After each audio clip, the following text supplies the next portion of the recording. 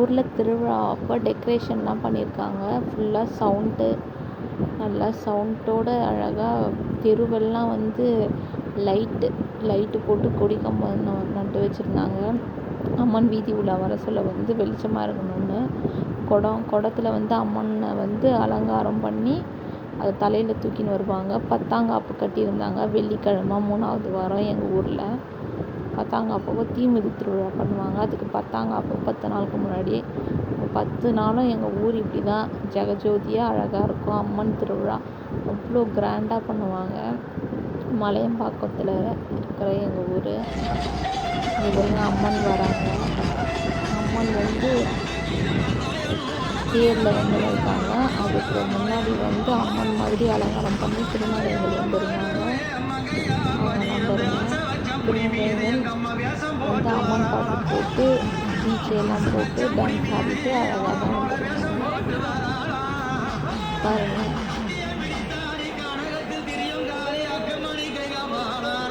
அம்மனுக்கிட்ட எங்கள் பாப்பாவை ஆசீர்வாதம் பண்ணி கூப்பிட்டு வந்துருந்தோம். டிஜே சவுண்டு ஃபுல்லாக வச்சு அம்மன் அலங்காரம் பண்ணி அழகாக வந்துருந்தாங்க. அம்மன் அலங்காரம் பார்த்துக்கிட்டே அம்மன் மாதிரி இருந்தாங்க. அம்மன் அலங்காரம் பண்ணி வந்துருந்தாங்க.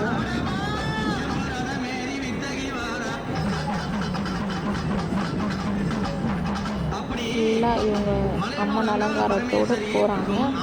அது பின்னாடியே வந்து சாமி வந்து அம்மனை வந்து ஜோடித்து தேரில் வந்து கூட்டிகிட்டு வந்துருந்தாங்க.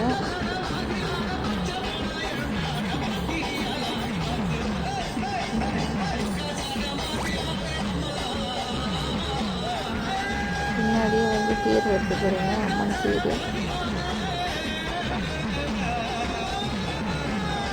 தேர் வந்து பின்னாடியே வருது பாருங்க. அம்மனை அலங்காரம் பண்ணி டான்ஸ் ஆடி அம்மனை மாதிரியே இது பண்ணியிருந்தாங்க. மலையம்பாக்கத்தில் இருக்கிற எங்கள் பெருவிதி அம்மன் திருவிழா வந்து இன்னைக்கு ஸ்டார்ட் ஆகுது. முதல் நாள் 10 நாளில் முதல் நாள் திருவிழா. அம்மனுக்கு தான் நாங்கள் பார்க்குறதுக்கு அவ்வளோ அலங்காரமாக இருந்தாங்க. இது எங்கள் வீட்டான குடம் வந்திருக்கு சொல்ல எடுத்த வீடியோ. எங்கள் வீட்டு வாசலில் குடம் வந்திருந்தது அப்போது எடுத்த வீடியோ.